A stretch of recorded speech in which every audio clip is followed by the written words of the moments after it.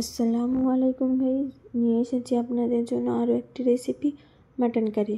তো প্রথমেই এখানে কড়াইয়ের মধ্যে কিছুটা তেল গরম করে তার মধ্যে দিয়ে দেব পেঁয়াজ। এবার পেঁয়াজটা কিছুক্ষণ ভেজে তার মধ্যে দিয়ে দেব থেতো করা রসুন।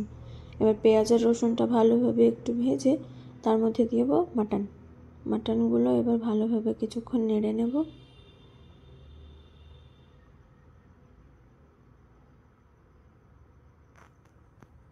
তারপর এখানে দিয়ে দেব টমেটোটা দিয়েও আরও কিছুক্ষণ নেড়ে নেব।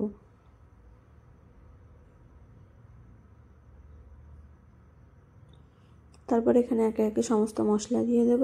তো প্রথমে এখানে দিয়ে দেব তেজপাতা, গরম মশলা, লবণ, হলুদ, লঙ্কা গুঁড়ো, জিরে বাটা, আদা বাটা।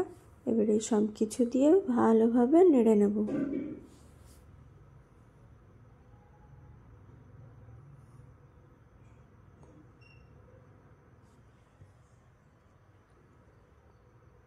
মশলাটা দিয়ে ভালোভাবে কিছুক্ষণ নেড়ে নেওয়ার পরে তার উপরে দিয়ে দেব গোটা কাঁচা লঙ্কা, দিয়ে মাংসটা কিছুক্ষণ ঢেকে কষে নেব।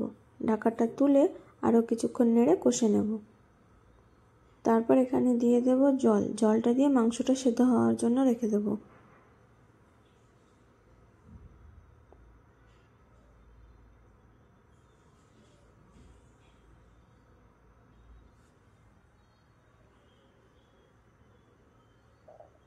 ঢাকা দিয়ে রেখে দিলাম 30 মিনিটের জন্য।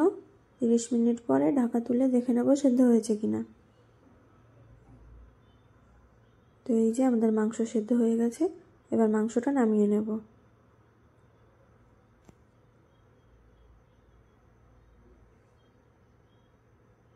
এই যে আমাদের মাংসের ফাইনাল লুক। জানাবেন কেমন হয়েছে।